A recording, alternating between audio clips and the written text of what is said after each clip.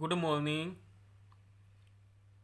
आज हम अपना न्यू चैप्टर स्टार्ट करते हैं, haloalkanes and haloarenes. ये +2 क्लास में ऑर्गेनिक केमिस्ट्री का फर्स्ट चैप्टर है। पहले हम HBSc का सिलेबस देखते हैं। कौन सा सिलेबस अब हमने नहीं करना है। तो पहले हम जो सिलेबस करते थे, जो syllabus haloalkanes and haloarenes chapter में है, वो है नेमिंग। उसके बाद हम करते हैं method of preparation of hello alkane and hello arenes. उसके बाद हम करते हैं फिजिकल एंड केमिकल प्रॉपर्टी। फिर हम करते हैं इसके अंदर SN1 and SN2 mechanism, optical isomerism.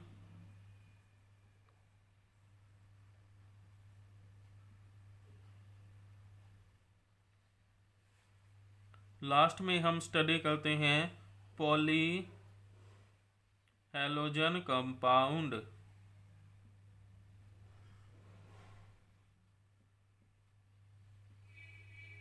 तो HBSc ने इस बार जो टॉपिक रिड्यूस किए हैं वो है मेथड ऑफ प्रिपरेशन, जो हमने नहीं करना, और पॉली हैलोजन कंपाउंड्स, ये भी अब हमने नहीं करने हैं। बाकी हमने टॉपिक करने हैं naming, physical and chemical property, SN1 and SN2 mechanism, optical isomerisms. तो पहले हम करते हैं इसमें नेमिंग।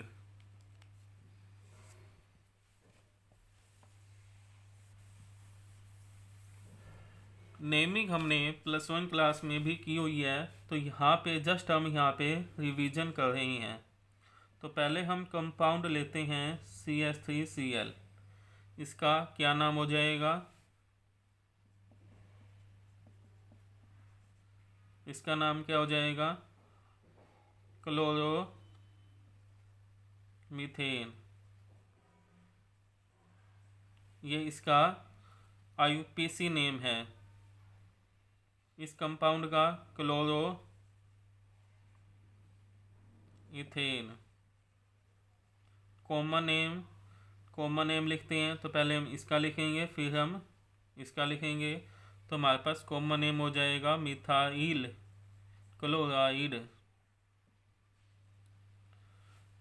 इसका कॉमन नेम लिखते हैं हम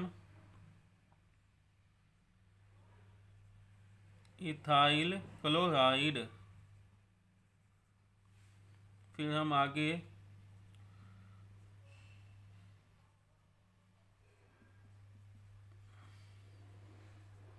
ये हमने कंपाउंड लिया IUPAC नेम 2 क्लोरो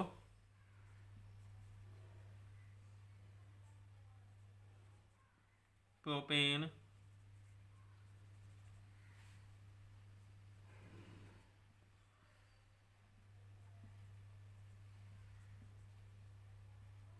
इसका हम नाम लिखते हैं 2 क्लोरो 2 मिथाइल प्रोपेन। ये IUPAC नेम है। कॉमन नेम क्या होगा? तो हम देखो, इस कार्बन के साथ में 2 कार्बन अटैच है, तो इसका नाम होता है सेकेंडरी। कितने कार्बन है टोटल? 3। तो ये बन जाएगा प्रोपाइल। Secondary propyl. कौन सा ग्रुप अटैच है? Cl। तो यहाँ लिखेंगे हम क्लोराइड, सेकेंडरी प्रोपाइल क्लोराइड। अब हम इसका क्या नाम लिखेंगे? Common name. इस कार्बन के साथ में कितने कार्बन अटैच है? 1 2 3। 3 कार्बन अटैच है, तो ये बन जाएगा टर्शरी। टोटल कार्बन हमने लिखने अब 1 2 3 4। कितने कार्बन है इसमें? 4। तो ये हो जाएगा बुटाइल क्लोराइड। तो ये नाम हम आगे भी देखेंगे। इसका नाम टर्शरी बुटाइल क्लोराइड है। इस तरह के कंपाउंड भी इस चैप्टर में दिए हुए हैं।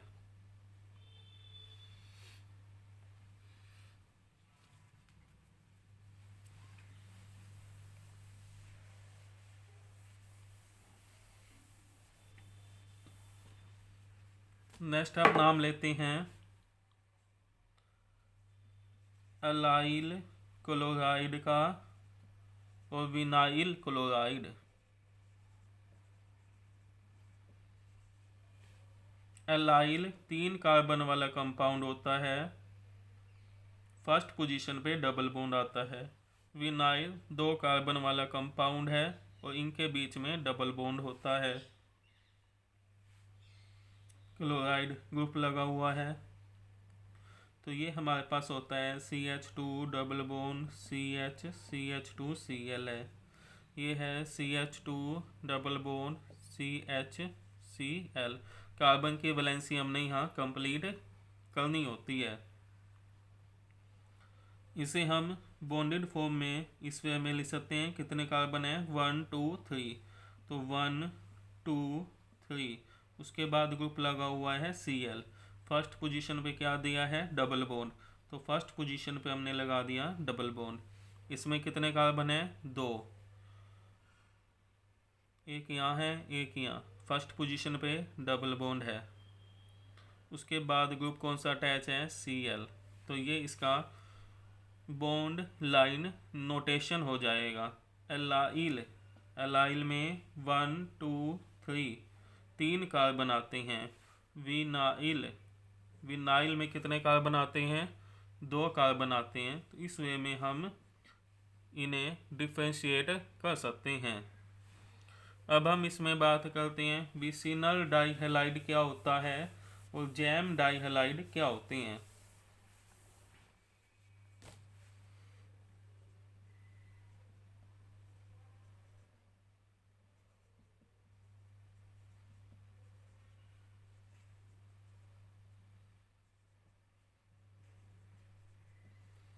विसिनल होते हैं यदि एडजेसेंट पोजीशन पे कोई भी हैलाइड ग्रुप लगा हुआ होता है तो उसे हम बोलते हैं विसिनल। एडजेसेंट पोजीशन मतलब साथ वाली पोजीशन पे ग्रुप लगा हुआ है 2, डाइहैलाइड विसिनल।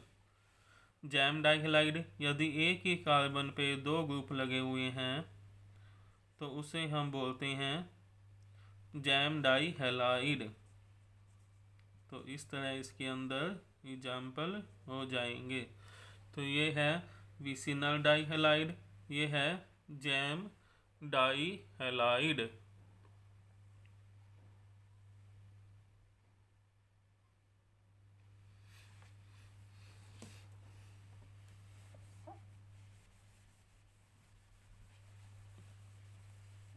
नेक्स्ट एलिन्स, हेलो एलिन्स के नाम करते हैं हम। हमें पता है क्या नाम है इसका। ये हमारे पास है बेंजीन।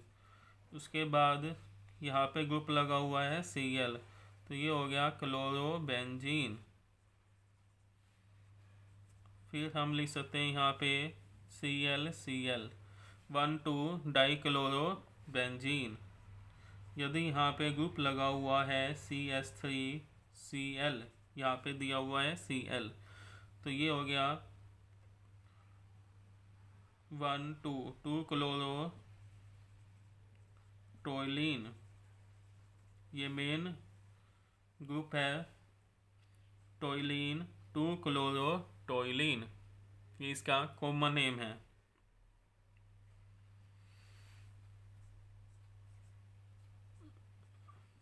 यदि हमें दिया हुआ है CH2Cl तो इसका नाम होता है benzyl chloride.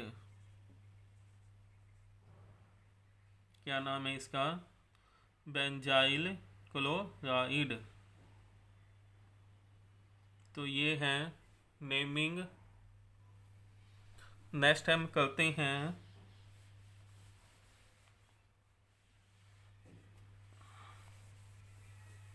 Physical property of haloalkanes and hello arenes.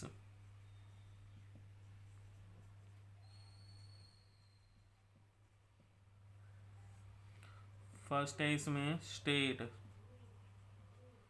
Lower member जो होते हैं वो गैस की फॉर्म में एग्जिस्ट करते हैं। हायर मेंबर जो होते हैं वो लिक्विड और सॉलिड फॉर्म में एग्जिस्ट करते हैं। जितने नंबर ऑफ कार्बन बढ़ते जाते हैं वो उतना ही सॉलिडिफाइड होता जाता है। फिर हम इसमें करते हैं second state smell.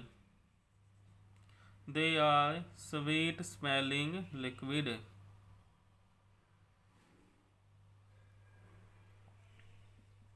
Colour when exposed to light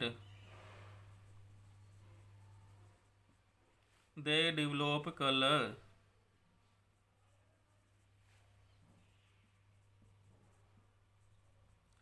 यदि हम इसको लाइट में रख देते हैं तो इनका कलर आ जाता है। फिर हम इसमें करते हैं boiling point and boiling point. जैसे जैसे नंबर ऑफ कार्बन बढ़ेंगे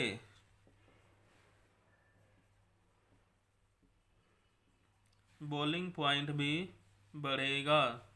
बॉइलिंग पॉइंट इंक्रीज होएगा जैसे जैसे नंबर ऑफ कार्बन बढ़ेंगे।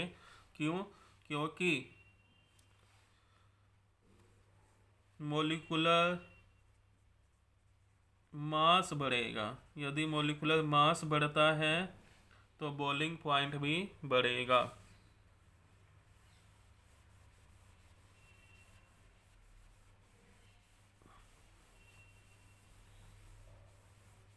यदि हम ग्रुप चेंज कर दें, जैसे हमने लिया IBr या फिर हम लेते हैं CH3 क्लोरीन CH3F, तो आयोडीन का बॉइलिंग पॉइंट सबसे ज़्यादा होगा क्योंकि इसका मोलिकुलर मास ज़्यादा है। तो इनमें भी हमने देखना है मोलिकुलर मास किसका ज़्यादा है। अब हम करते हैं ब्रांच। हमारे पास 5 कार्बन वाला कंपाउंड है। यदि ब्रांच आ गई तो क्या होगा? तो पहले सरफेस एरिया ज़्यादा था, जैसे जैसे ब्रांच आ गई सरफेस एरिया कम हो गया,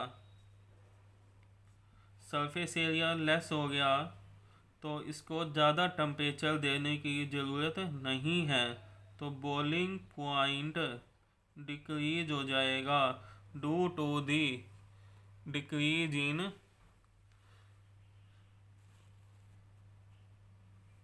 सरफेस एरिया। ब्रांच वाला इम्पोर्टेंट है। यदि ब्रांच आती है तो सरफेस एरिया लेस हो जाएगा। पहले ज़्यादा था सरफेस एरिया, अब सरफेस एरिया कम हो जाएगा, तो बॉइलिंग पॉइंट भी डिक्रीज हो जाएगा। अब हम इसमें करते हैं बेंजीन डेरिवेटिव।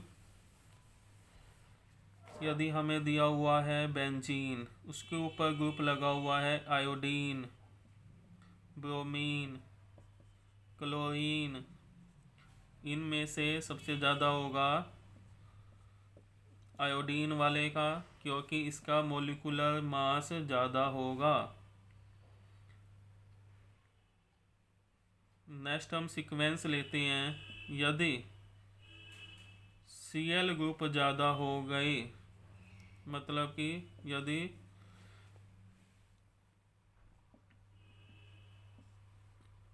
हैलाइड ग्रुप की अमाउंट यदि बढ़ जाती है तो भी बॉइलिंग पॉइंट बढ़ जाएगा क्योंकि मोलिकुलर मास बढ़ गया। तो ये सभी पॉइंट हमने मोलिकुलर मास में ध्यान रखने हैं। यदि सरफेस एरिया कम होता है तो कम हो जाएगा, अदरवाइज बढ़ता है। मोलिकुलर मास पे डिपेंड करता है। नेक्स्ट हम इसमें करते हैं डेंसिटी। डेंसिटी किस पे डिपेंड करती है? Mass upon volume. यदि मास बढ़ेगा तो डेंसिटी भी बढ़ेगी। तो यदि हम इन तीनों को आपस में कंपेयर करें तो आयोडीन वाले की डेंसिटी ज़्यादा होएगी क्योंकि इसका मास ज़्यादा है। तो ये था डेंसिटी। नेक्स्ट हम इसमें करते हैं सोलुबिलिटी।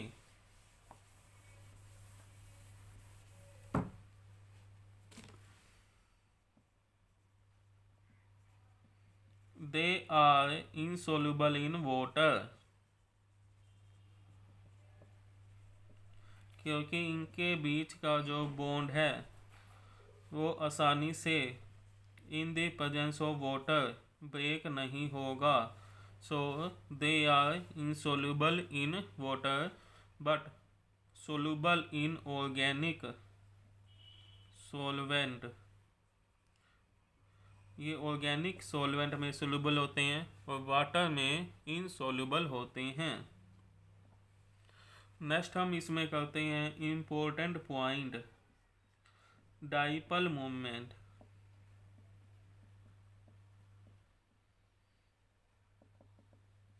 हमें दिया होगा CH3 F, CH3 Cl, CH3 Br, CH3 Re।